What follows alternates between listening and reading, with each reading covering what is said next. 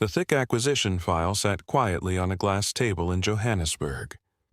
Inside were 217 pages, 3 law firms, 1 construction company worth millions, and a single name that had once been written on a hospital prescription beside a village bed.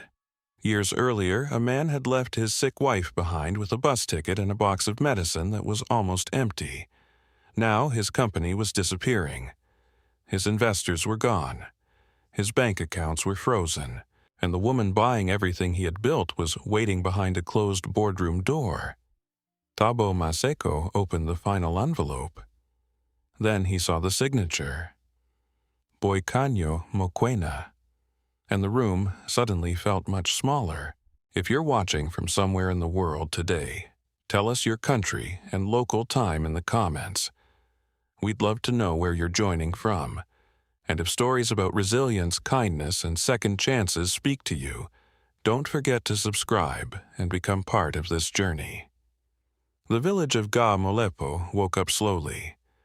Not because the people were lazy, not because there was nowhere to go, but because morning arrived before electricity did.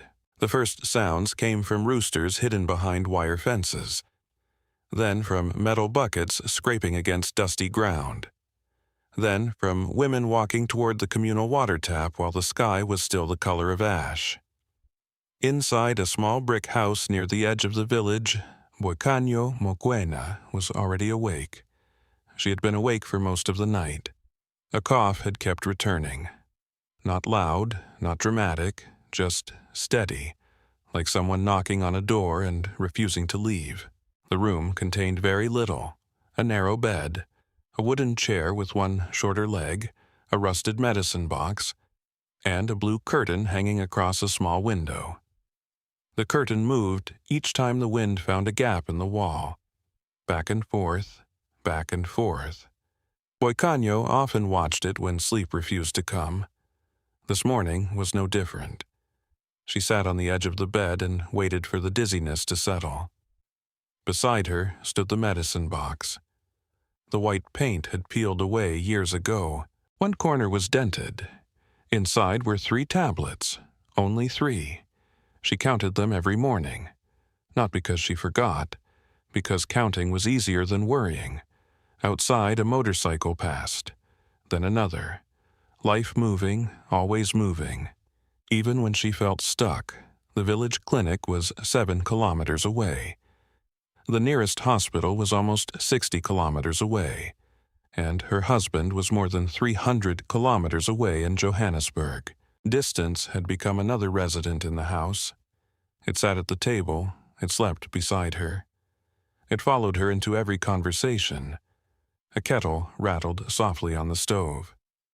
Boikanyo stood and poured hot water into a chipped blue cup. The handle had broken years earlier. She still used it. Some things stayed because replacing them cost money. Some things stayed because letting them go felt harder. A framed wedding photograph stood on a shelf. The glass was cracked across one corner.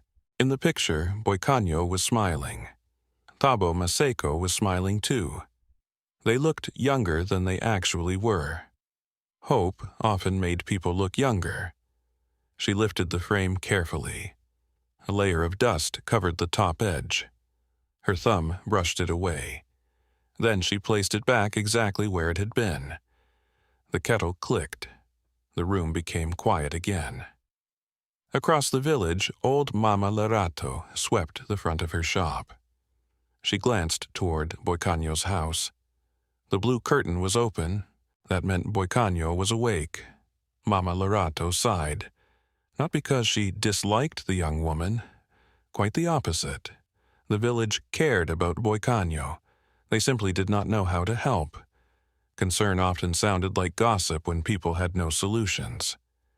Did Thabo call this week? Someone would ask. Maybe he's busy. Maybe city work is difficult. Maybe he'll come home next month. Always maybe. Never certainty. Months had begun to pile up. Like newspapers nobody wanted to throw away. At the construction company in Johannesburg, Thabo was indeed busy. His phone rang constantly. Clients, suppliers, contractors, investors. The city moved at a different speed. Concrete trucks, office towers, traffic lights, deadlines. Every hour carried a price tag.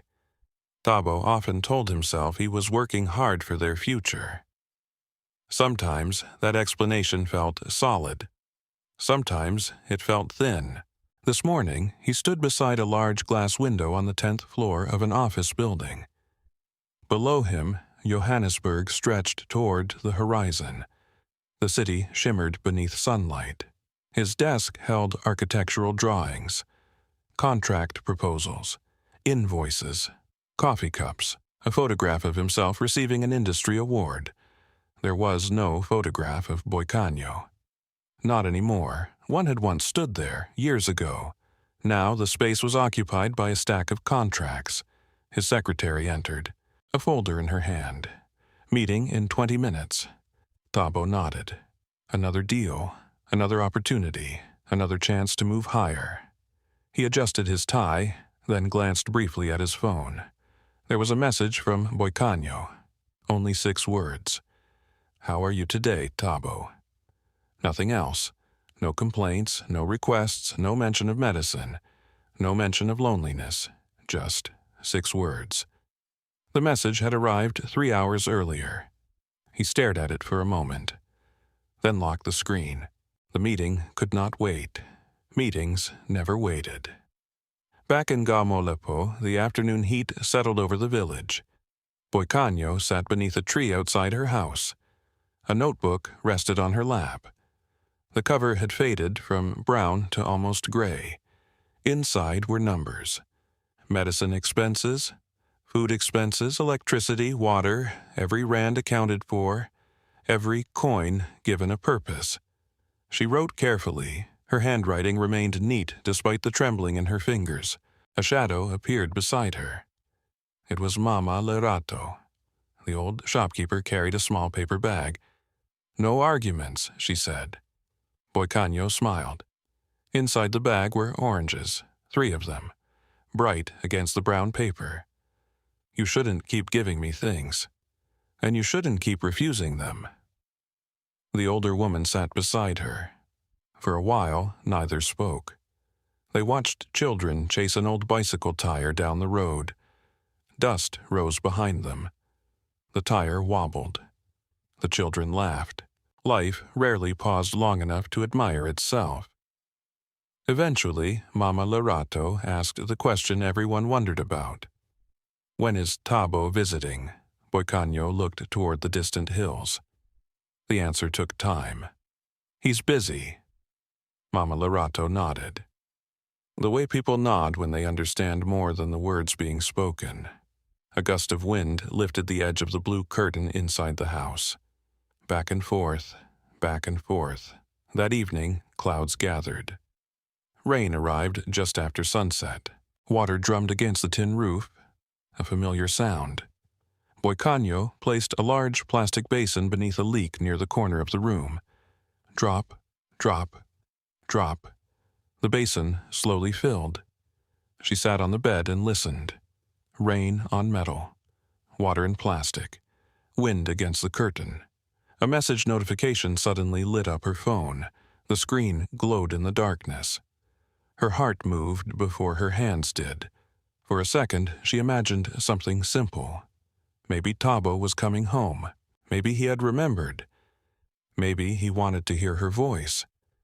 She picked up the phone. A new message waited. From Thabo. Short, very short, only 1 sentence. "We need to talk about your future."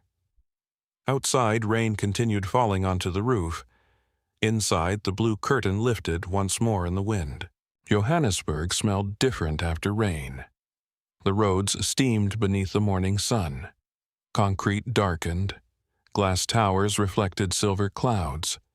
Traffic lights blinked above rivers of cars that never seemed to stop moving. By 7 o'clock, Thabo Maseko was already inside the headquarters of Maseko Infrastructure. His company occupied 2 floors of a commercial building in Sandton. Not large enough to impress billionaires. not small enough to be ignored. The company sat somewhere in the middle, just like Thabo himself. Too successful to return to village life. Not successful enough to stop chasing something bigger. The elevator doors opened. Employees greeted him. Engineers, project managers, accountants, receptionists, everyone carried folders, everyone carried deadlines. Everyone carried some version of stress. Thabo nodded as he walked past. His phone vibrated again. The message from Boikanyo remained unanswered. "We need to talk about your future." He had sent that text the previous night. Short, clean, practical. At least that was how he explained it to himself. The conversation could not be delayed much longer. The truth was already sitting beside him every day. Her name was Naledi Khumalo. At that very moment, Naledi stood in a conference room reviewing presentation slides. She was 34, sharp-eyed, always composed. Her dark green suit matched the leather notebook she carried everywhere. She had built a successful communications agency from almost nothing. Clients trusted her. Journalists listened to her. Investors returned her calls. When she entered a room, people sat a little straighter. Not because she demanded it, because confidence often arrived before she did.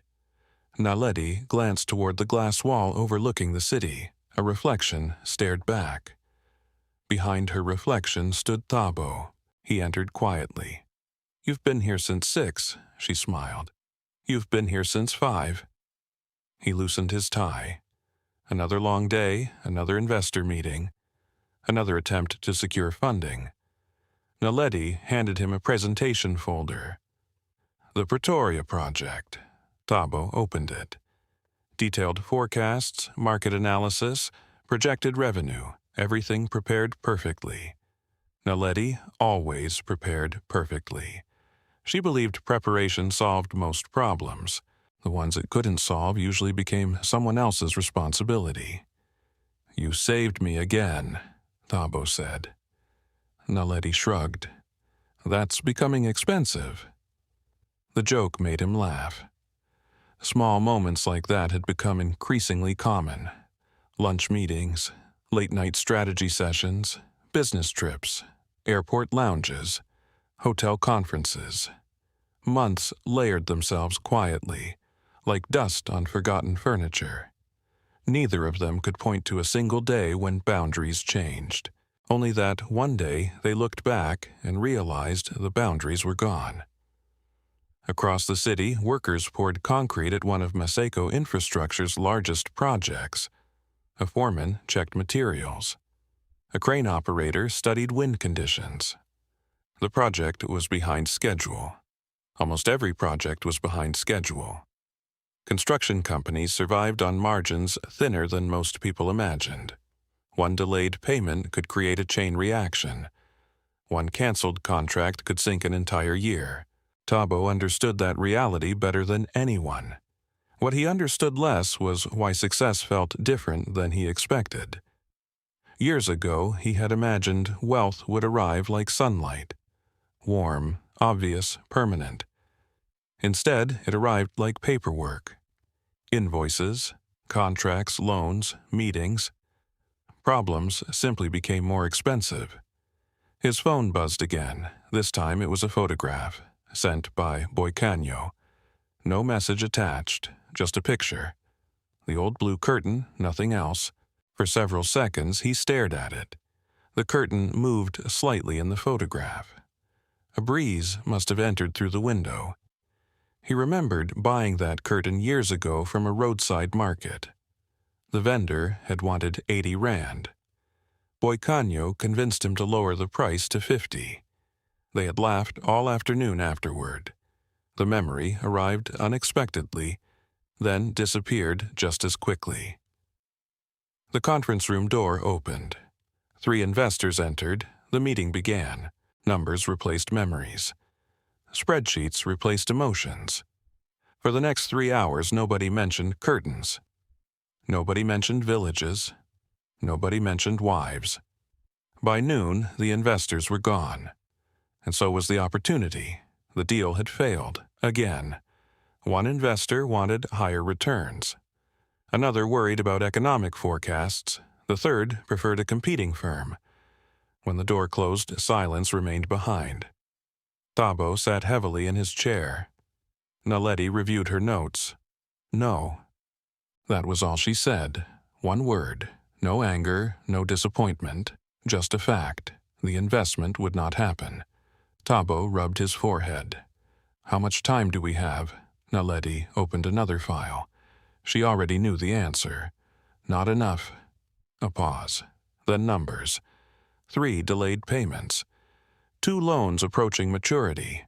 1 major contract hanging by a thread.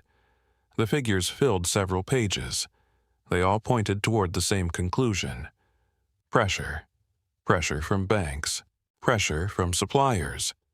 Pressure from time itself. Outside the office window, Johannesburg continued moving. People crossed intersections. Taxi drivers argued over fares. Street vendors sold fruit beneath umbrellas. The city never stopped because one company had problems. Cities rarely noticed individual struggles. That evening, Naledi and Thabo left the office together. The parking garage echoed with footsteps. Concrete pillars stretched into shadows. Neither spoke for several moments. Exhaustion often removed the need for conversation. Finally, Naledi broke the silence. Have you told her? Thabo knew exactly who she meant. No. You need to. His hand tightened around his car keys. I know. But knowing and doing were different things. They had been different for months, perhaps longer.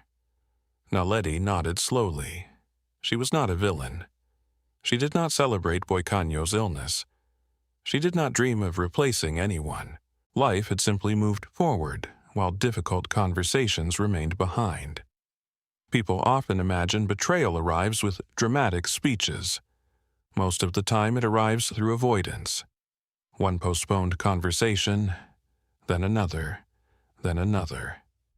until silence becomes its own decision. Later that night, Thabo returned to his apartment. The building overlooked the city skyline, floor-to-ceiling windows, modern furniture, imported lighting fixtures. Everything looked expensive. Very little looked personal. A single wine glass sat beside the sink. Architectural magazines covered the coffee table. The television remained muted. The apartment felt more like a hotel than a home. He removed his jacket, then opened a drawer near his desk. Inside lay a wedding ring. Gold, simple, slightly scratched. He had not worn it for months, not officially removed, not officially kept. It simply remained there. Waiting. Like many other unresolved things. His phone lit up again, another message from Boikanyo. This time, there were only 4 words. Did you eat today? Thabo stared at the screen. Outside, thousands of city lights glittered against the darkness. Inside the apartment remained silent. He began typing. Stopped, deleted, started again, stopped again. Eventually, he placed the phone face down. No reply. 300 kilometers away, Boikanyo sat beside her window. The blue curtain moved gently in the night air. A basin beneath the leaking roof held rainwater from the previous storm. Half full. Moonlight reflected from its surface. She looked at her phone. No response. Not yet. Maybe tomorrow. Maybe next week. Maybe never. The cough returned. She pressed a hand against her chest until it passed. Then she stood and closed the curtain.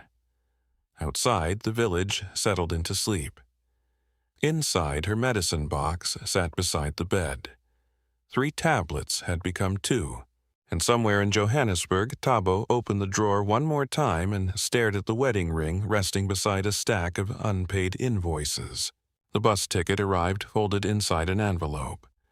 Nothing else, no letter, no photograph, no explanation written on paper. Just a one-way ticket from Johannesburg to Polokwane, and several banknotes tucked beneath it. The envelope reached Boikanyo on a Thursday afternoon. The sky above Gamolepo carried the pale color that often appeared before winter. Children were returning from school. Goats wandered between fences. Somewhere nearby, a radio played an old gospel song. Boicanyo sat beneath the same tree outside her house when Mama Lorato walked toward her carrying the envelope. "It came this morning." Boicanyo thanked her quietly. The old woman remained standing. Neither opened the envelope immediately. Both somehow understood that certain objects became heavier once they were opened. Eventually, Boicanyo slid a finger beneath the seal. The bus ticket appeared first, then the money, then a small note. 3 sentences. Only 3. The handwriting belonged to Tabo. "You should stay with your family for now. The city is not good for your health. I will continue sending support." That was all. No date for returning. No mention of visiting. No promise attached to the future. Just instructions. The wind lifted the edge of the blue curtain inside the house. Back and forth. Back and forth. Mama Lorato looked toward the distant road. People in villages often develop a special skill. They learn when not to speak. After a long silence, she squeezed Boicanyo's shoulder and walked away. Boicanyo remained beneath the tree. The ticket rested in her lap. A bus ticket. Years earlier, another ticket had carried her toward Johannesburg, toward marriage, toward possibility, toward the life she and Thabo planned together. Now another ticket waited, pointing in the opposite direction, toward leaving, toward absence, toward something neither of them had named. The village continued moving around her. Laundry fluttered. Dogs barked. Children laughed. The world rarely paused for private heartbreak. That evening, she entered the small house. The medicine box sat beside the bed. Inside remained only one tablet. The basin beneath the leaking roof was almost full from the previous rain. The wedding photograph still occupied its place on the shelf. Everything looked exactly the same, yet nothing felt the same. Boicanyo removed a suitcase from beneath the bed. The zipper stuck halfway. She worked it loose carefully. Then she began packing. One dress, then another, a sweater, 2 pairs of shoes. The brown notebook containing years of expenses. Medical papers secured with a rubber band. Everything fit easily. Poverty had one advantage. There was very little to pack. She paused when reaching the wedding photograph. For several moments, she held it. The crack across the glass caught the fading sunlight. A younger version of herself smiled back. A younger version of Tabo stood beside her. Hope looked effortless in that picture. Eventually, she wrapped the frame inside a towel and placed it in the suitcase. Not because she wanted to remember, not because she wanted to forget, simply because it belonged to her. The next morning, she visited her mother. Her family lived several kilometers away. The walk took nearly an hour. By the time she arrived, dust covered the bottom of her skirt. Her mother, Masego Mokoena, opened the door before Boicanyo knocked. Mothers often sensed news before hearing it. The 2 women sat at a small kitchen table. Tea steamed between them. Boicanyo placed the bus ticket on the table. Her mother looked at it, then at her daughter. Neither rushed the conversation. Finally, Masego spoke. "When?" "Saturday." A nod. Nothing more. No dramatic questions. No angry accusations. Years had taught her mother something important. Pain usually explained itself without assistance. The silence stretched. Then Masego reached across the table. Her fingers covered Boicanyo's hand. That was enough. Sometimes support arrived without speeches. Back in Johannesburg, Tabo stood inside his apartment staring at his reflection. Saturday was approaching. He knew Boicanyo would leave. The arrangement made practical sense. At least that was the explanation he repeated. The village offered family support, cleaner air, fewer expenses, more care. Those reasons were not entirely false. The problem was that they were not entirely true either. His phone vibrated. Naletti's name appeared. He answered.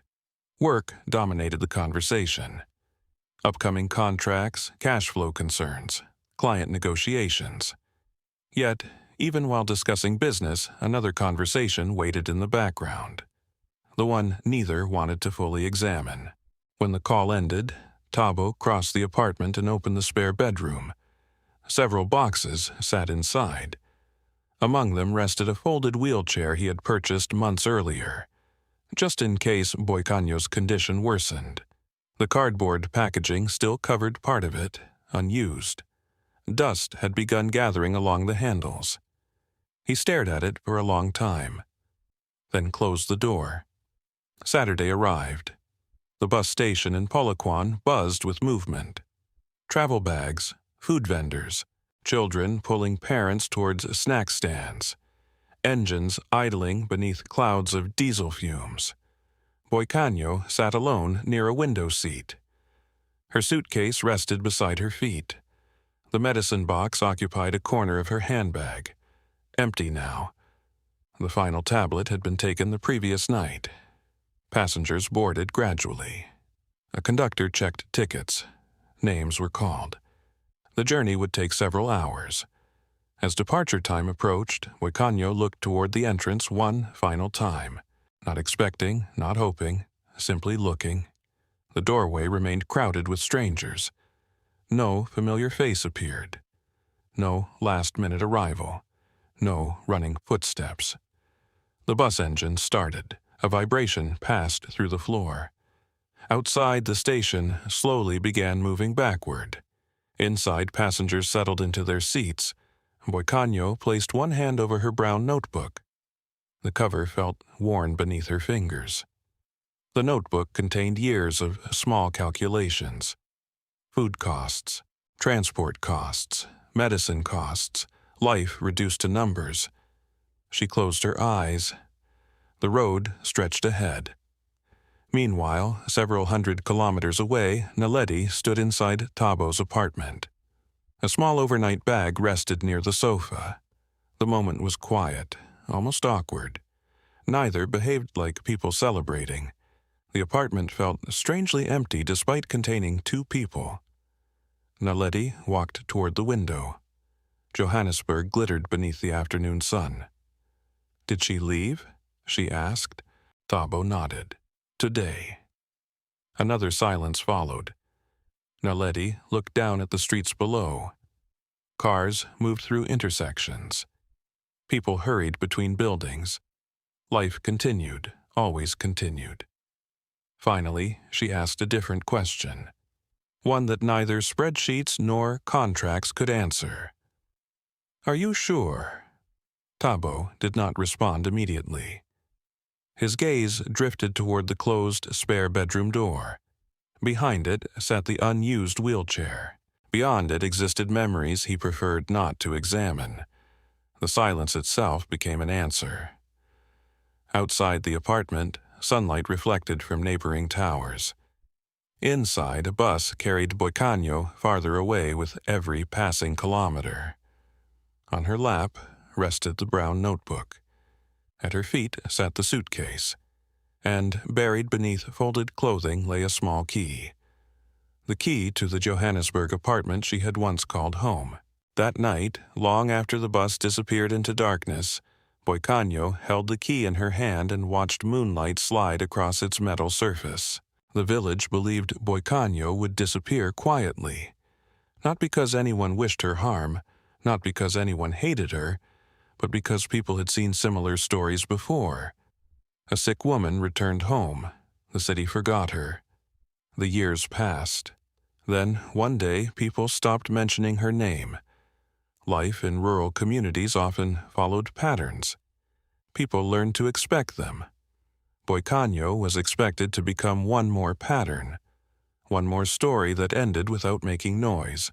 Instead, something unexpected happened. She survived. The first year was the hardest.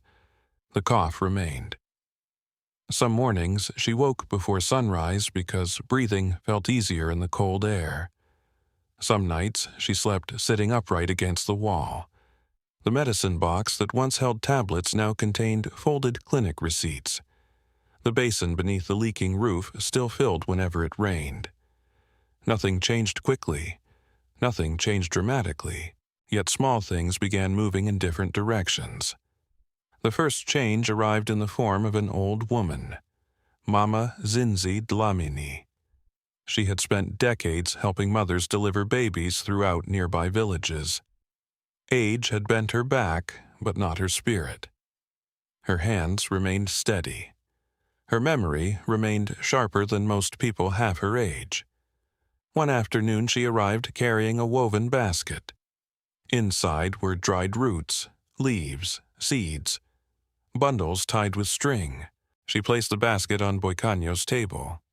"You spend too much time lying down." Boikanyo smiled weakly. "My lungs disagree." Mama Zinzi ignored the comment. Instead, she untied one of the bundles. "You know these plants." Boikanyo shook her head. For the next 2 hours, the older woman taught her names, uses, preparation methods. Which leaves helped fevers.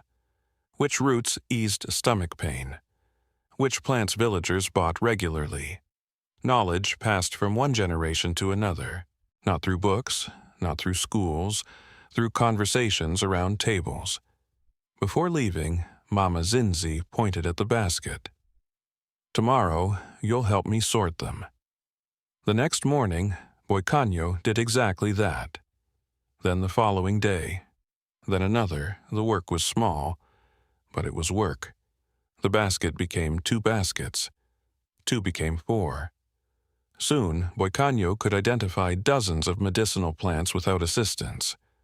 The knowledge settled into her memory like seeds finding soil. Meanwhile, the village continued speaking about her. Some people admired her determination. Others worried. A few simply watched.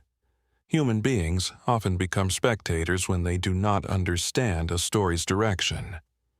One evening, Mama Larato sat beside several women outside the shop.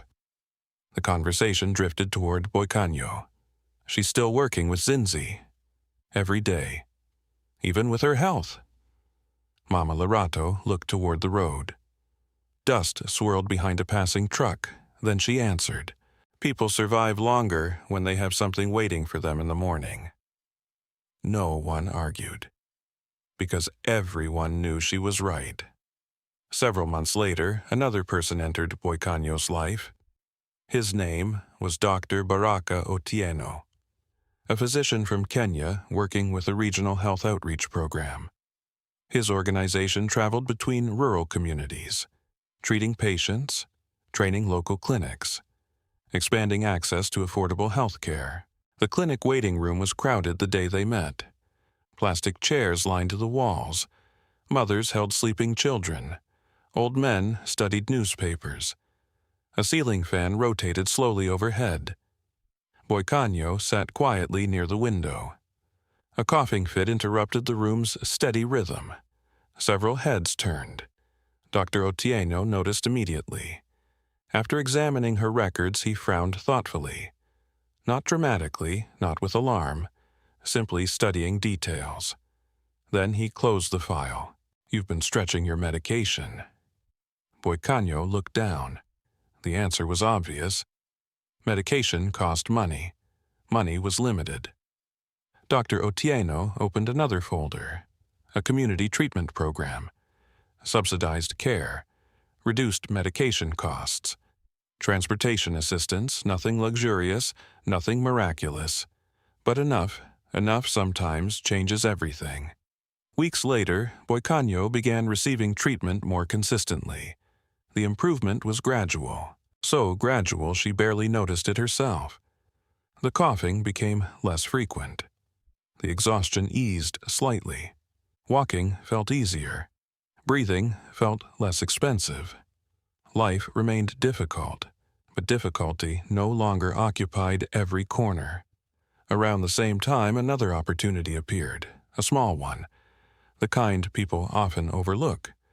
Several patients visiting the clinic began asking where Mama Zinzi purchased her herbal mixtures. The answer frequently led to Boicanyo. Word spread. Someone wanted dried ginger. Someone else needed herbal tea. A mother purchased nutritional porridge ingredients. Then another. Then another. The requests were small.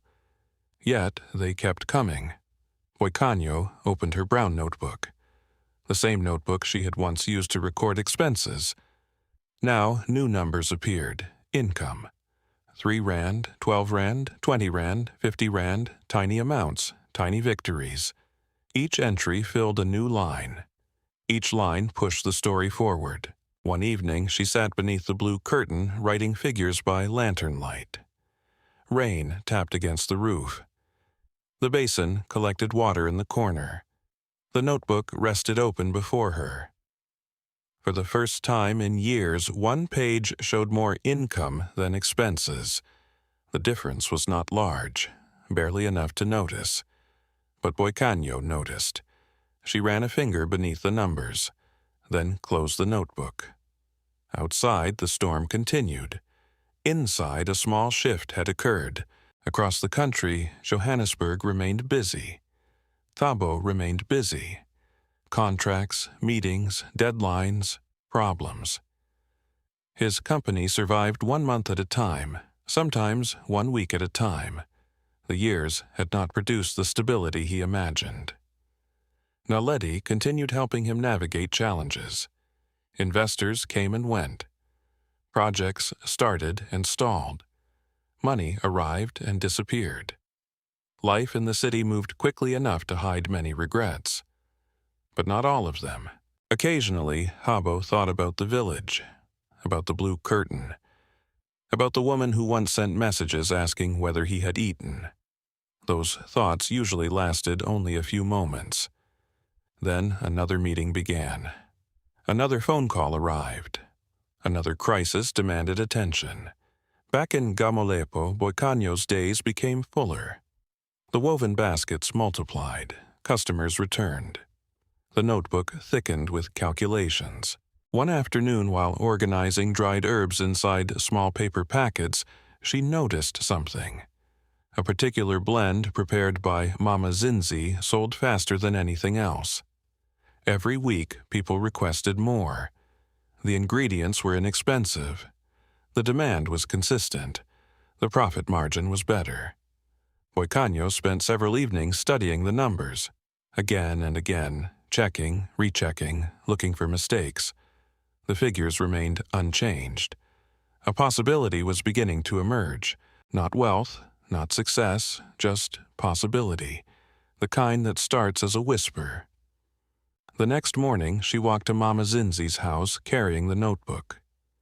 Together, they sat beneath a jacaranda tree.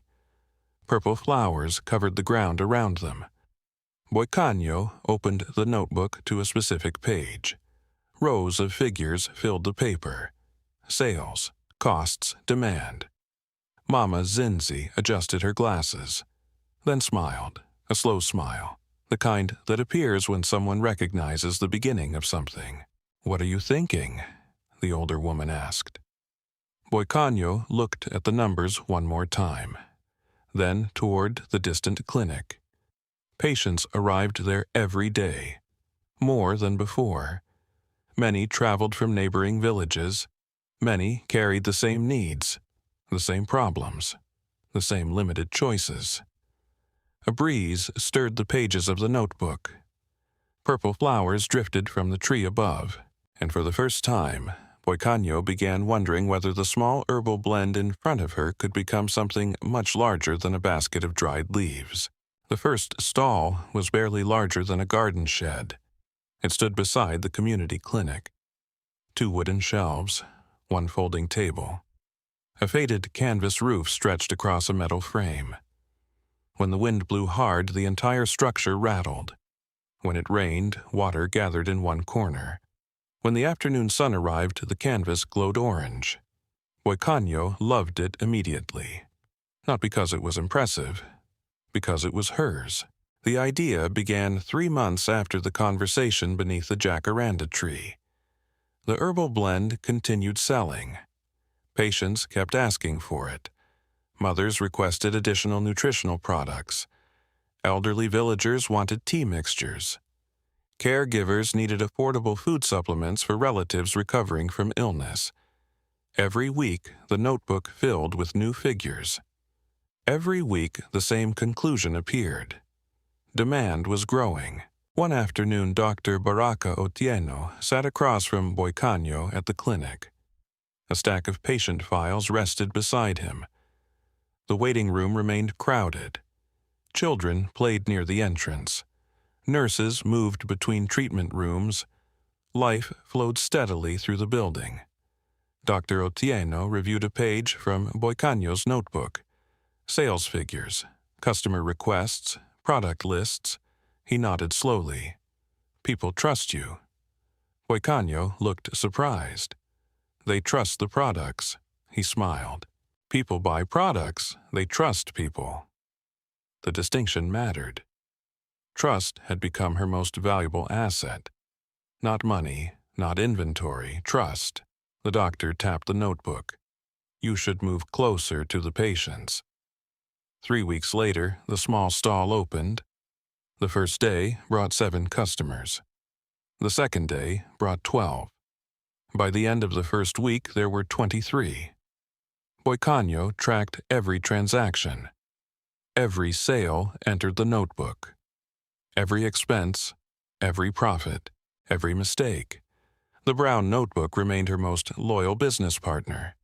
Inside its worn pages, nothing lied. Numbers never exaggerated. Numbers never offered false comfort. Numbers simply told the truth. Soon, the shelves carried more than herbal mixtures. Nutritional porridge, dried vegetables, affordable care packages. Small bundles designed specifically for families caring for sick relatives. The products were simple. The need was not. People purchased them because they solved problems. That was enough. One morning, an unfamiliar woman stopped at the stall. She wore a nurse's uniform beneath a light brown jacket. Her name tag read Akosua Mensah. She was originally from Ghana. A regional health organization had assigned her to oversee outreach programs across several provinces. Akosua studied the products carefully. She asked questions, lots of questions. Where did ingredients come from? How were they packaged? Who prepared them? How many units sold each week? Boicanyo answered everything. The conversation lasted nearly an hour. Before leaving, Akosua purchased several care packages. Then she tucked a business card into Boicanyo's hand. If your numbers continue looking like this, call me. Boicanyo turned the card over. No explanation appeared, just a name, a phone number, and an email address. The card slipped into the notebook. For several weeks, nothing happened. Business continued. Customers returned. New products appeared. The village slowly adjusted its expectations. People who once expected Boicanyo to disappear now stopped by her stall for advice. Life had a strange habit of revising opinions. Not through arguments, through evidence. Mama Larato noticed it first. One afternoon, she watched a line forming beside the stall. 3 mothers, 2 elderly men, a clinic worker, all waiting patiently. The old shopkeeper smiled, then bought tea from Boicanyo, even though she didn't need any. Support sometimes disguised itself as shopping. Meanwhile, hundreds of kilometers away, pressure was building around Tabo. Maseko infrastructure had entered dangerous territory. The company still operated, still won contracts, still employed workers. But beneath the surface, cracks were spreading. Several projects had experienced delays. Material costs were rising. Payments arrived slower than expected. Banks had become less patient. Investors had become more cautious. Each month required more effort than the previous one. Inside the company boardroom, financial reports covered the table. Tabo studied them. Naledi studied them. The numbers refused to improve. One report highlighted a major concern: a government contract, the largest project in the company's pipeline. If secured, it could stabilize finances. If lost, serious consequences would follow. The deadline stood 90 days away. 90 days. The figure appeared repeatedly. 90 days to secure funding. 90 days to strengthen financial statements. 90 days to convince decision-makers. A countdown had begun. No clock hung on the wall. Yet everyone felt it ticking. Later that evening, Naledi remained alone in the office. She reviewed cash flow projections. 3 different scenarios: optimistic, moderate, worst case. The worst case version ended badly. She closed the file. Outside the office window, Johannesburg glowed beneath thousands of lights. The city looked confident from a distance. Numbers told a different story.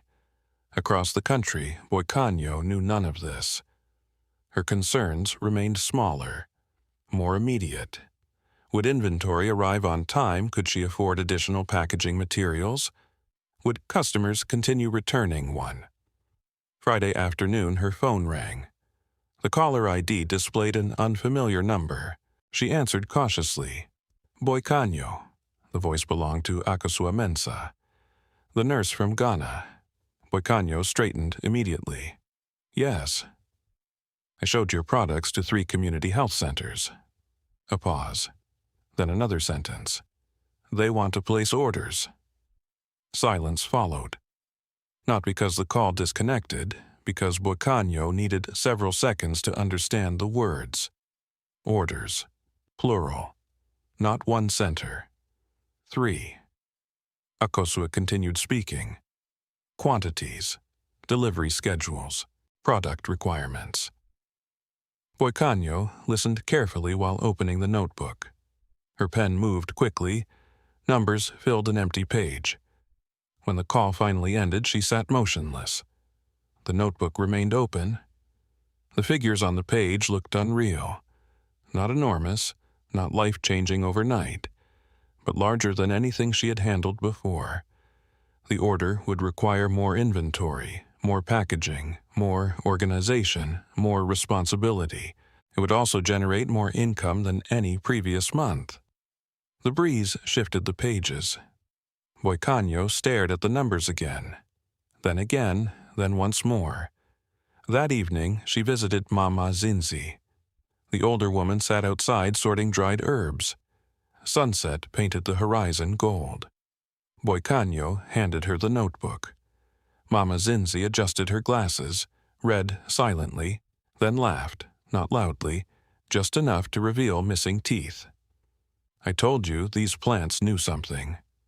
Boikanyo laughed too. The sound surprised her. Years earlier, laughter had become rare. Now it arrived more easily, like breathing. Later that night she returned home. The blue curtain still hung in the window. Older now, more faded, but still there. The basin beneath the roof remained in the corner. The wedding photograph remained wrapped inside a drawer. Some things had not changed. Yet the room felt different. Possibility occupied space where worry once lived. She opened the notebook again before sleeping.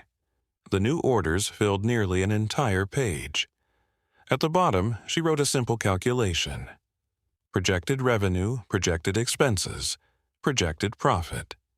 Then she drew a line beneath the figures. The number below that line was the largest she had ever written. Outside, the village settled into darkness. Inside, her phone vibrated once more. A new email notification appeared. The sender was one of the community health centers Akosua had mentioned. Attached was an official purchase order. Boikanyo opened the document. Her eyes moved slowly across the page, then stopped. The delivery address was located in Johannesburg. 90 days. The number appeared everywhere. On financial reports, on project schedules, on loan documents, on reminders attached to computer screens. 90 days until a decision. 90 days until a contract award. 90 days until Maseko infrastructure either found solid ground or slipped deeper into trouble. The countdown did not make noise. It did not ring bells. It did not flash warning lights. It simply moved forward one day at a time, and everyone inside the company felt it. On Monday morning, Thabo arrived before sunrise. The office was dark except for emergency lighting. Rows of empty desks stretched across the floor. Computer monitors slept beneath black screens. The cleaning staff had not yet finished. For several minutes he stood alone beside the window overlooking Johannesburg. Far below, headlights moved through the city like streams of white water. The skyline looked confident, successful, permanent. Businesses often looked strongest from a distance. The closer one moved, the more cracks became visible. A notification appeared on his phone. Bank correspondence. Another reminder, another request, another deadline. He locked the screen without reading further. The message joined dozens of others waiting for attention. Inside the boardroom, a whiteboard occupied one wall. At the top, someone had written 90 days. The number was circled in red marker. Every morning, an assistant erased a digit and replaced it with a smaller one. Today, the board read 84 days. 6 days gone. Just like that. Naledi entered carrying coffee and a stack of reports. She placed everything on the table. The coffee remained untouched. The reports did not. For 2 hours they reviewed figures. Revenue, debt, payroll, material costs. The numbers filled page after page. Each document revealed the same truth from a different angle. The company was running out of room. Not finished, not collapsed, but squeezed. Like a building beam carrying more weight than originally intended. Across the city, project managers made phone calls. Accountants negotiated payment schedules. Site supervisors requested extensions. Everyone worked harder. The pressure remained. At noon, a supplier meeting ended badly. Not dramatic, no shouting, no threats. Only polite sentences delivered carefully. Those were often worse. The supplier representative folded his hands and spoke calmly. "We value our relationship." A pause. "However, future deliveries will require advance payment." Thabo nodded. He understood. Trust was becoming more expensive. After the meeting ended, he remained seated alone. The conference room still smelled faintly of coffee. A projector screen glowed blue at the front. 3 empty water glasses sat untouched. Small details, small signs. Evidence that conversations had happened. Evidence that solutions had not. Meanwhile, Naledi sat in her office reviewing alternative strategies. She had become an expert at contingency plans. Plan A, Plan B, Plan C. Recently, she had begun preparing plans farther down the alphabet. A knock interrupted her work. The chief financial officer entered. His expression revealed the topic before he spoke. "Any good news?" The question lingered. The answer did not arrive immediately. Eventually, Naledi shook her head. The CFO sighed, then opened another folder. The folder contained information about acquisition opportunities, companies, investment groups, development funds, organizations looking to purchase struggling construction firms. Months earlier, such discussions would have felt insulting. Now they felt practical. The CFO slid one document across the desk. A highlighted paragraph caught Naledi's attention. Regional Healthcare Infrastructure Expansion Initiative. Several health-focused organizations had begun acquiring construction companies. Not to flip them, not to dismantle them, to build clinics, rural hospitals, community medical centers. The healthcare sector was expanding aggressively. Naledi read the page twice, then a third time. Interesting. Very interesting. That evening, she shared the information with Tabo. They met inside the boardroom after most employees had gone home. The city lights reflected against the glass walls. The whiteboard now displayed 82 days. The countdown continued. Naledi placed the acquisition report before him. Tabo read silently, then leaned back. They want construction companies. They need construction companies. He continued reading. Some organizations already controlled healthcare programs. What they lacked were building teams, project management, engineering experience, the exact things Maseko infrastructure possessed. For several moments, neither spoke. The possibility hung in the air. Not salvation, not yet, but possibility. Back in Gamolepo, Boikanyo faced a different kind of challenge. Growth. Growth sounded pleasant from a distance.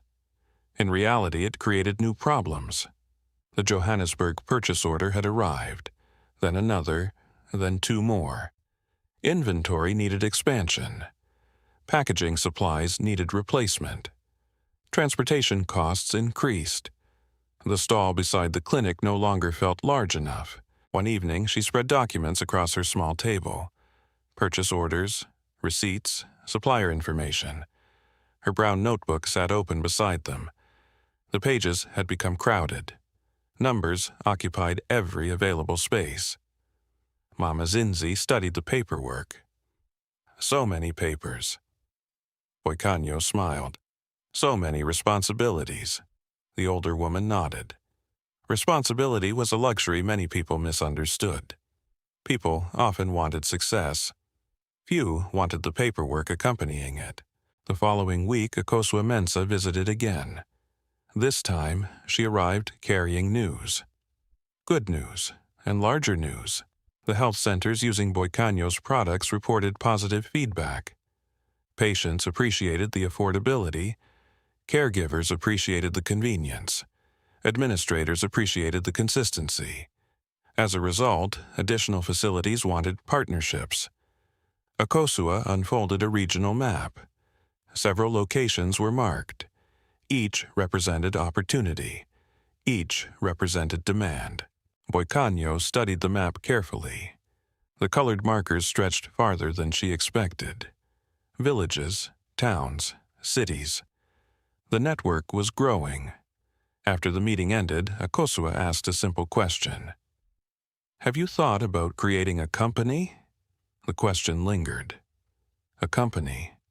Not a stall, not a side business. A company. That night, Boikanyo sat beside the blue curtain long after sunset. The village slept.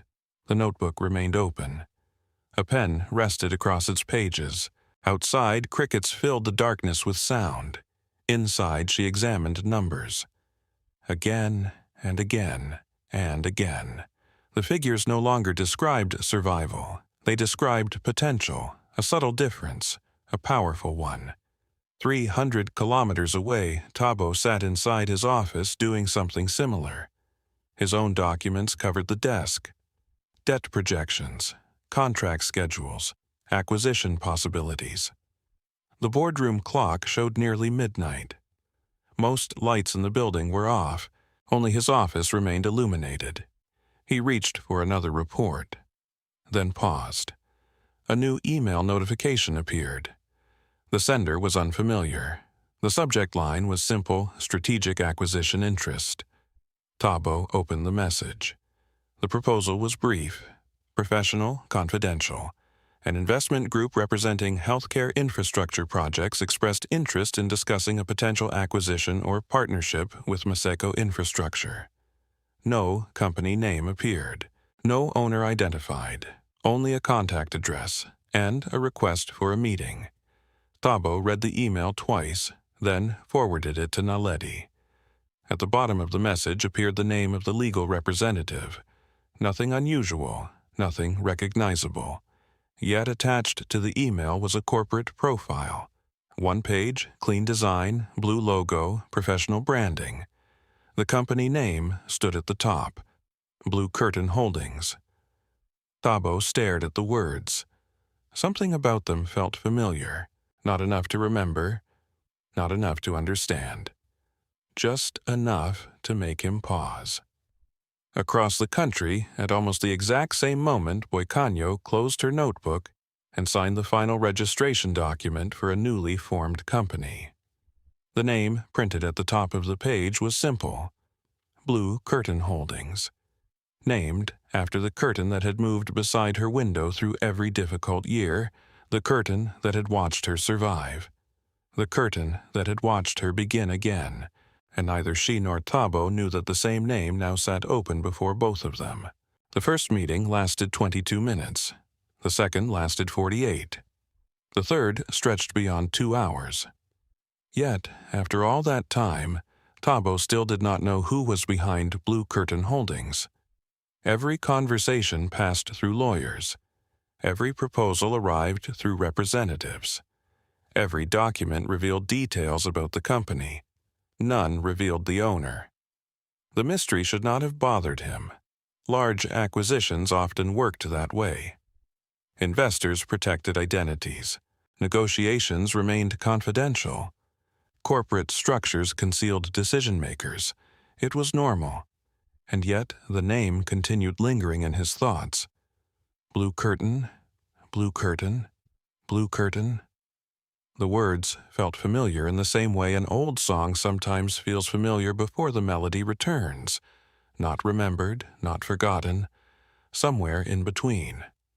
Inside the headquarters of Masako Infrastructure, the countdown continued. The boardroom whiteboard now displayed 61 days. The red numbers seemed larger than before.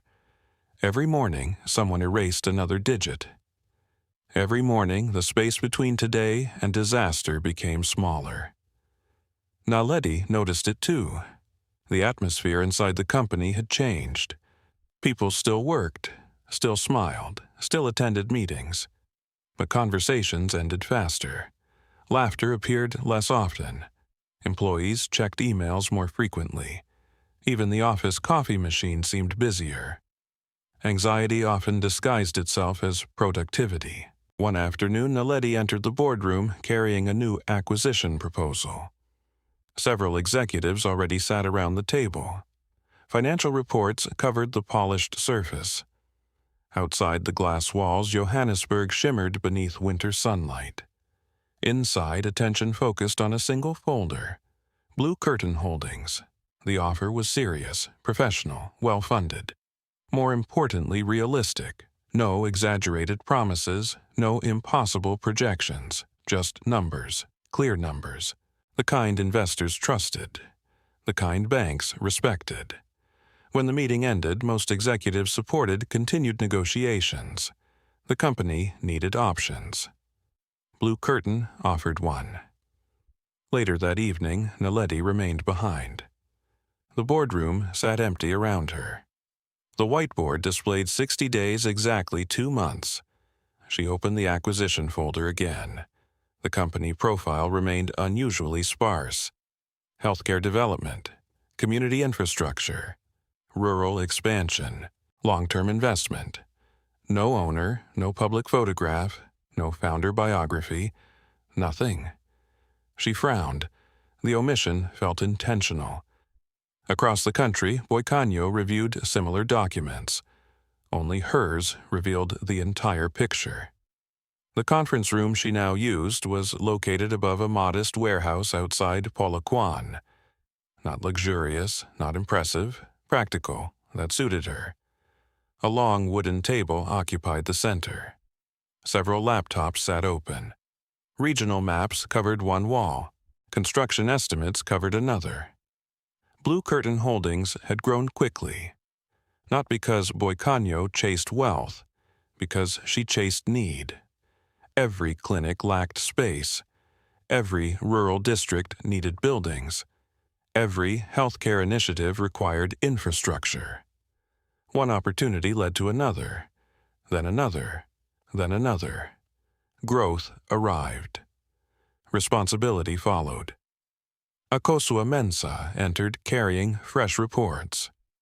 Boicanyo accepted them without looking up. Her attention remained fixed on a construction assessment. Several rural communities required new clinics within the next 2 years. The scale exceeded Blue Curtain's current capacity, which explained the acquisition strategy. Buying an existing construction company made more sense than building one from nothing. The strongest candidate remained Maseko Infrastructure. Boikanyo knew that name very well. She had known it long before banks did, long before investors did, long before the business journals began mentioning it. The company carried Tabo's surname. Seeing it on documents still produced a strange feeling. Not pain, not anger, something quieter. Like touching an old scar. The skin had healed. The memory remained. Akosua placed another file on the table. Updated financial review. Boikanyo opened it. The numbers confirmed previous assessments, debt pressure, cash flow problems. Strong operational capability, experienced workforce, valuable contracts, a company struggling beneath temporary weight. Exactly the type of business Blue Curtain wanted. Akosua sat across from her. "Have you decided whether you'll attend the final meeting?" Boikanyo did not answer immediately. The question had followed her for weeks. Lawyers could complete everything. Representatives could handle negotiations. There was no requirement for her to appear. Yet, eventually there would be signatures. Faces. Names. Reality. The silence stretched. Finally, Boikanyo closed the file. When the time comes. Not yes, not no, just enough. That evening, she returned home later than usual. Despite her growing company, she still lived in the same village. The same house, the same room. The blue curtain still hung beside the window. Faded now, its edges slightly frayed. Yet she refused to replace it. The curtain had witnessed every stage of her journey. The nights of illness, the empty medicine box, the rain leaking through the roof, the first sales, the first contracts, the first employee, the first office. Objects sometimes became archives. She stood beside the window watching darkness settle over the village. Children chased each other along the road. Someone nearby cooked over a charcoal fire. Smoke drifted gently through the evening air. Her phone rang. Dr. Baraka Otieno. She answered immediately. The doctor sounded pleased. A healthcare consortium had approved additional funding. More clinics, more outreach programs, more infrastructure. The conversation lasted 20 minutes. When it ended, Boikanyo remained standing beside the curtain. The future kept arriving, one project at a time. Back in Johannesburg, Tabo experienced a different evening. He arrived home exhausted. The apartment felt larger lately, quieter. The city lights beyond the windows seemed farther away. He loosened his tie and dropped several folders onto the kitchen counter. One slid open. The blue curtain proposal spilled partly onto the floor. A single page separated itself from the stack. The company logo appeared at the top. Blue, simple, professional. Tabo stared at it. Again, that strange feeling. Recognition hovering just beyond reach. He carried the page into his study, then opened a desk drawer. Inside rested old documents, insurance papers, utility bills, photographs, forgotten things. The wedding ring remained there, so did several old receipts. And beneath them sat a faded photograph. The picture showed a modest room, a bed, a small window, and a blue curtain. The photograph had been taken years earlier, back when he and Boikanyo first rented their Johannesburg apartment. The realization arrived slowly, not like lightning, more like dawn. Blue curtain, the curtain, their curtain. His eyes lingered on the photograph. The memory returned with unexpected clarity. A roadside market. A vendor arguing over price. Boikanyo laughing. The fabric folded across her arm. For several seconds, the office, the contracts, the investors all disappeared. Only the memory remained. Then his phone vibrated. Reality returned immediately. Another email from Blue Curtain Holdings. Another negotiation request. Another meeting. He opened the message. At the bottom appeared the name of the lead attorney representing the buyer. Still no owner. Still no photograph. Still nothing. Yet, for the first time, the company name no longer felt random. Somewhere, somehow, it connected to a memory he had nearly forgotten. The next morning, the boardroom whiteboard displayed 58 days. The countdown continued, and neither Tabo nor Naledi noticed a detail buried deep within the acquisition paperwork. A small reference, one subsidiary registration, one healthcare foundation, one signature authorization, a name that appeared only once. Not highlighted, not emphasized, easy to miss, Boikanyo Mokwena. The boardroom overlooked Johannesburg. Glass walls, polished wood, leather chairs. A skyline that stretched across the horizon like a promise someone had forgotten to keep. On the morning of the signing meeting, the city woke beneath a pale winter sky. Traffic filled the highways before sunrise. Construction cranes stood motionless against the light. Coffee machines hummed inside office towers, and on the 32nd floor of a commercial building in Santon, a long table waited for a transaction worth millions. The whiteboard countdown inside Maseko Infrastructure had reached 31 days. The number remained visible even after employees stopped discussing it. Everyone understood what it meant. Time was no longer an abstract concept. Time had become a creditor. Tabo arrived earlier than anyone else. The security guard greeted him by name. The receptionist offered coffee. He accepted neither. Instead, he entered the boardroom and stood beside the window. His reflection stared back from the glass. The years had changed him. Gray appeared near his temples now. Lines framed the corners of his eyes. Success had arrived. Stress had arrived with it. He adjusted his tie, the same navy tie he wore during important meetings. The fabric had become slightly worn near the knot. Small signs of use, small signs of time. A knock interrupted his thoughts. Naledi entered carrying a folder. She looked professional as always, yet something about her seemed quieter. The previous months had reshaped both of them.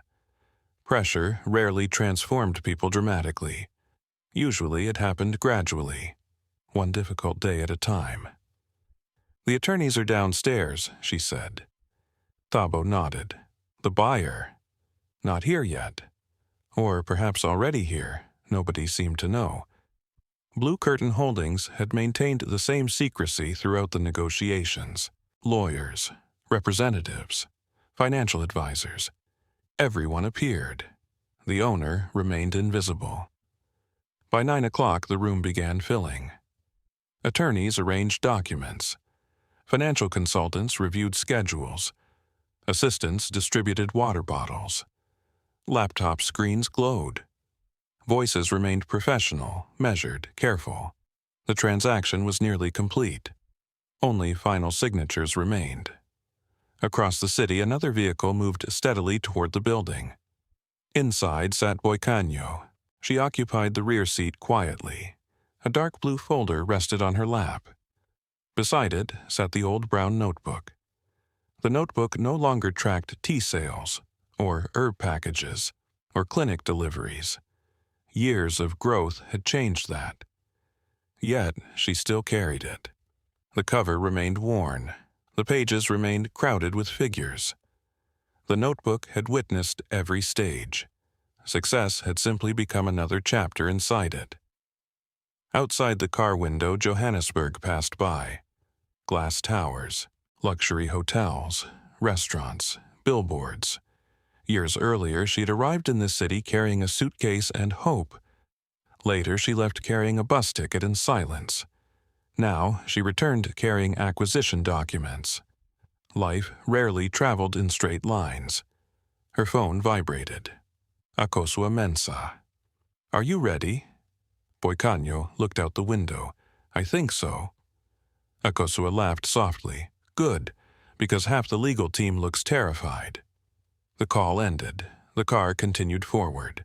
Inside the boardroom, final preparations continued. Tabo reviewed the transaction summary one last time. The deal would preserve jobs, protect projects, stabilize debt. It wasn't the outcome he once imagined. Years earlier, he dreamed of expanding independently, building an empire, dominating the market. Reality had negotiated different terms. Now, survival mattered more than pride. One of the attorneys checked his watch, then stood. They've arrived. Conversation stopped. Laptop lids closed. Chairs shifted. The room grew quiet. Not dramatically, just enough. The kind of silence that appears before something changes. The door opened. Several people entered first. Legal advisors, financial representatives, executives from Blue Curtain Holdings. Professional faces, professional clothing, professional smiles. Nothing surprising. Then another figure appeared, and the room changed. Not because she entered dramatically, not because anyone announced her, not because music played or voices gasped. The change happened because recognition arrived. Slowly, relentlessly, like sunlight entering a room. Boikanyo stepped through the doorway. She wore a simple charcoal dress, no expensive jewelry, no visible display of wealth. Only a silver watch, a dark blue folder, and the brown notebook tucked beneath one arm. For several seconds, nobody moved. The attorneys exchanged brief glances. Naledi looked toward Tabo, then back toward the woman entering the room. Boikanyo's posture remained calm. Years earlier, illness had bent her shoulders slightly. Those years were gone now. Strength had returned quietly. One day at a time. One recovery at a time. One decision at a time. Tabo stared. The expression on his face did not arrive from shock alone. Confusion appeared first. Recognition followed, then memory. A village, a bus ticket, a blue curtain. The medicine box. The unanswered messages. Memories moved through him faster than words. Boikanyo approached the table. An attorney pulled out a chair. She thanked him and sat down. The room remained silent. Finally, one of the lawyers cleared his throat. Professional instincts returning. As previously disclosed, Miss Boikanyo Mokwena is the founder and principal owner of Blue Curtain Holdings. The sentence landed gently, yet its weight filled the room. No one spoke immediately. Outside, Johannesburg traffic continued moving. Inside, time seemed slower.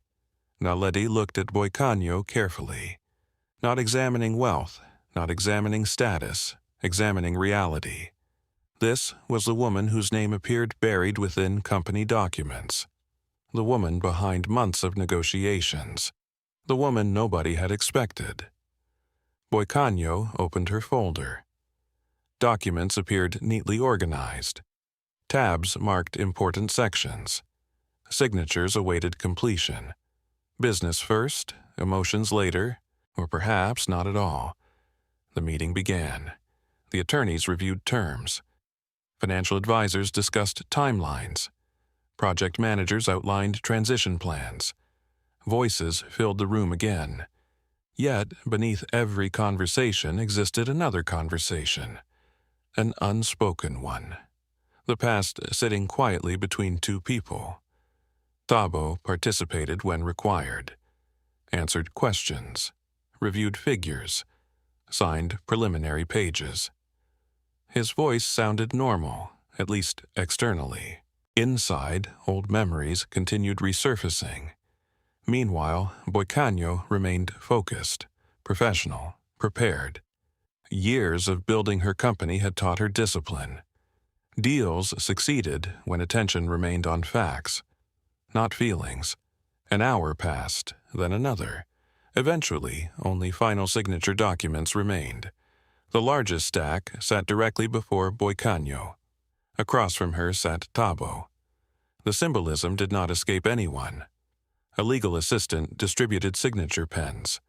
Silver, heavy, expensive, temporary tools for permanent decisions. As the documents moved around the table, something slipped from Boicanyo's handbag. A small metallic sound. Soft, barely noticeable. Yet Tabo heard it. A key. Simple, ordinary. The key rested on the floor beside her chair. Boicanyo reached down and picked it up. For a brief moment, sunlight struck the metal. Recognition arrived instantly. The apartment key. The same one she carried away years earlier. The same one she had never returned. The key disappeared back into her handbag. The moment passed. Yet it remained. A physical reminder that the past had not vanished. It had simply traveled. Across years, across cities, across circumstances. The final document slid toward Tabo. One signature line remained empty. Across from it appeared another name already printed on the page. Boicanyo Mokoena, owner, Blue Curtain Holdings. Tabo lowered his eyes toward the document. The silver pen rested between his fingers. Outside the window, sunlight reflected from 100 glass buildings. Inside the boardroom, every conversation faded into silence once more as he stared at the name he had not expected to see at the end of his company's story. The silver pen remained in Tabo's hand. For several seconds, nobody spoke. Not because anyone was waiting for a speech. Not because the transaction required drama. The silence existed because reality had finally caught up with the story. Across the polished boardroom table sat the woman he once believed would disappear quietly into a village. The woman he had left behind with a bus ticket. The woman whose medicine box had once contained 3 tablets. Now her name occupied the top line of a multi-million rand acquisition agreement. Outside the glass walls, Johannesburg continued moving. Taxis crossed intersections. Construction cranes turned slowly. Office workers hurried between meetings. The city noticed none of it. Yet inside the boardroom, an entire decade seemed to rest between 2 signatures. One of the attorneys adjusted his glasses. Mr. Maseko. The reminder was gentle, professional. The document still required completion. Tabo lowered the pen. His signature appeared beside the final line. Ink touched paper. The transaction became official. Just like that. No applause followed. No celebration. No dramatic reaction. Only paperwork. The attorney collected the document and passed it to another member of the legal team. Years of ownership changed hands through several pages and a signature. The meeting continued. Transition schedules, staff retention plans, financial restructuring, debt settlement timelines. The language remained technical, precise, necessary. Boicanyo listened carefully. She asked questions, reviewed details, requested clarification where needed. Her voice remained calm, the same calm she once used while counting the last tablets in an empty medicine box. The same calm she used while writing numbers inside her brown notebook. The same calm that had carried her through years nobody else could fully see. Eventually, one of the financial advisors displayed a presentation. Projected outcomes, future operations, expansion opportunities. A new organizational chart appeared on the screen. Several executive positions were highlighted. Some would remain. Some would change. The room studied the chart quietly. Then someone asked the question everyone expected. What happens to current leadership? The advisor glanced toward Boicanyo. The decision belonged to her. For a moment, she looked across the table, toward managers, engineers, administrators, people whose livelihoods depended on what happened next. Then she answered. The workers stay. Several heads lifted immediately. The construction teams stay.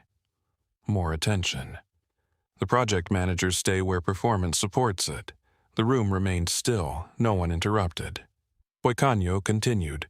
This company knows how to build. A pause. We need people who know how to build. Simple, practical, no threats, no revenge, no public humiliation. Just priorities. Across the table, Naledi listened carefully, perhaps more carefully than anyone else. Throughout the acquisition process, she had expected many possibilities. Hostility, resentment, personal score settling. The reality looked different. Boicanyo spoke about clinics, rural health care, infrastructure gaps, community development, future projects. The discussion remained focused almost entirely on people who were not present. Patients, families, villages, communities. The acquisition suddenly looked less like a business deal and more like a construction plan for something larger. Later, during a short break, attendees dispersed around the room. Coffee appeared, water bottles opened, phones came out. Quiet conversations formed. Naledi stood near the window. The skyline reflected across the glass. She sensed someone approach. Boicanyo. For a moment, neither woman spoke. Neither appeared uncomfortable, just thoughtful. Finally, Naledi broke the silence. I didn't know. Boicanyo nodded. I know. The response carried no accusation, no hidden meaning, just acknowledgement. Naledi looked back toward the city. I spent years imagining what this day might look like if it ever happened. Boicanyo waited. And this wasn't it. A faint smile appeared. Not amusement, recognition. Life rarely followed imagined scripts. The conversation ended there. No confrontation, no competition, no dramatic declarations. Only two women standing beside a window overlooking Johannesburg. Meanwhile, across the room, Thabo sat alone reviewing transition documents. The pages blurred occasionally. Not because the information was difficult, because memories kept interrupting. A bus station, a folded ticket, the blue curtain, unanswered messages, the key falling beside Boicanyo's chair. Small details. The human mind often remembers details long after forgetting excuses. When the break ended, everyone returned to their seats. Another presentation began. This one focused on future construction priorities. Maps appeared on screen. Colored markers identified underserved regions, potential clinic sites, infrastructure targets, projected timelines. Boicanyo stood to explain the plan. The room watched. Years earlier, she had struggled to walk across her village without stopping to rest. Now, she stood at the front of a boardroom directing a national expansion strategy. The transformation had not happened suddenly. The room saw only the result, not the years beneath it, not the baskets of herbs, not the clinic stall, not the notebook pages, not the sleepless nights. Success often hides its construction process. People see the building, not the foundation. One map highlighted a rural district in Limpopo, another displayed healthcare access data. Then another showed locations for future clinics. Every proposal connected to the same objective: bring healthcare closer to people who rarely received it. The room remained attentive. Even skeptical executives found themselves leaning forward. Purpose has a way of capturing attention. By late afternoon, the formal meeting concluded. Most participants gathered their documents and prepared to leave. Chairs slid backward. Laptop bags closed. Goodbyes circulated around the room. Gradually, the crowd thinned. Eventually, only a few people remained. Among them sat Thabo. Across from him sat Boicanyo. The enormous boardroom suddenly felt much larger, or perhaps much emptier. The city glowed orange beyond the windows. Sunset reflected from neighboring towers. Neither rushed to speak. Years created their own pace. Finally, Thabo looked toward her. I thought you would hate me. The words emerged quietly, not rehearsed, not prepared, simply true. Boicanyo considered the statement, then looked toward the skyline. The answer took time. Not because it was difficult, because it deserved honesty. I was busy surviving. The sentence settled gently into the room. No accusation, no forgiveness, just reality. Years spent surviving leave little time for hatred. Thabo lowered his eyes. The silence returned, then Boikanyo opened her brown notebook, the same one she had carried for years. She turned several pages. Rows of numbers covered the paper. Careful handwriting, dates, costs, income, growth, evidence. She placed the notebook on the table. Not dramatically, not symbolically, simply placing it there. The first page after I returned home. Thabo looked. Medicine expenses, food expenses, transport costs, tiny figures, tiny resources, tiny margins. Page after page followed. Then another. And another. The story existed entirely in numbers. No speeches required, no explanations needed. Eventually, Boikanyo closed the notebook. Outside, the final sunlight disappeared.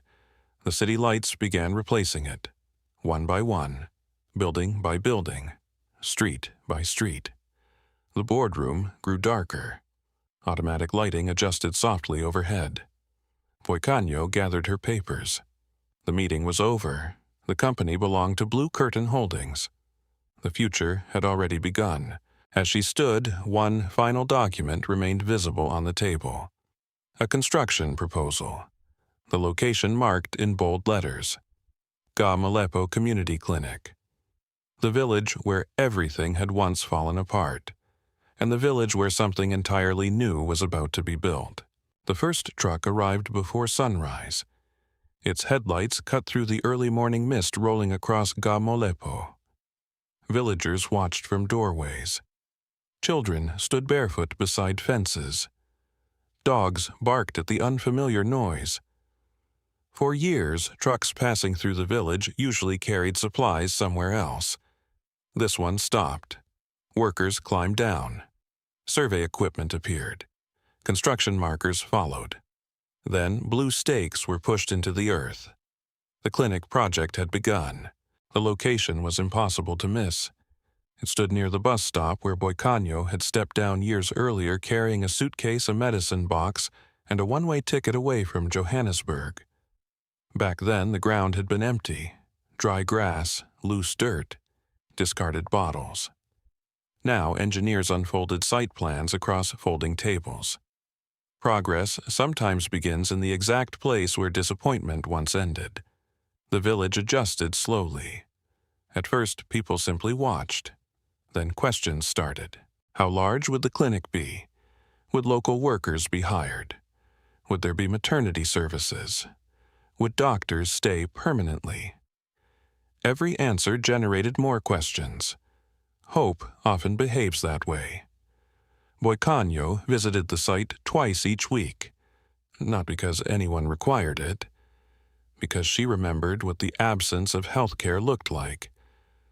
The memory remained physical, the coughing, the long journeys, the empty medicine box, the uncertainty. Some experiences leave permanent fingerprints on the future. The project moved steadily. Foundations came first, then walls, then roofing, then plumbing. The building rose from the earth one layer at a time, just like her company had, just like her life had. No miracle, no shortcut, only consistent work repeated for years. One morning, Mama Lerato stood beside the construction fence. The old shopkeeper leaned on a walking stick now. Age had finally begun collecting its payment. Boikanyo joined her. Together, they watched workers install windows. "You remember that day?" Mama Lerato asked. Boikanyo smiled slightly. "The bus ticket, the day you came back." For several moments, neither woman spoke. The memory existed clearly enough without description. A suitcase, a quiet face, a village expecting a different ending. Mama Lerato nodded toward the construction site. Nobody saw this coming. The hammering continued in the background. Metal struck metal. Workers shouted measurements. A forklift beeped while reversing.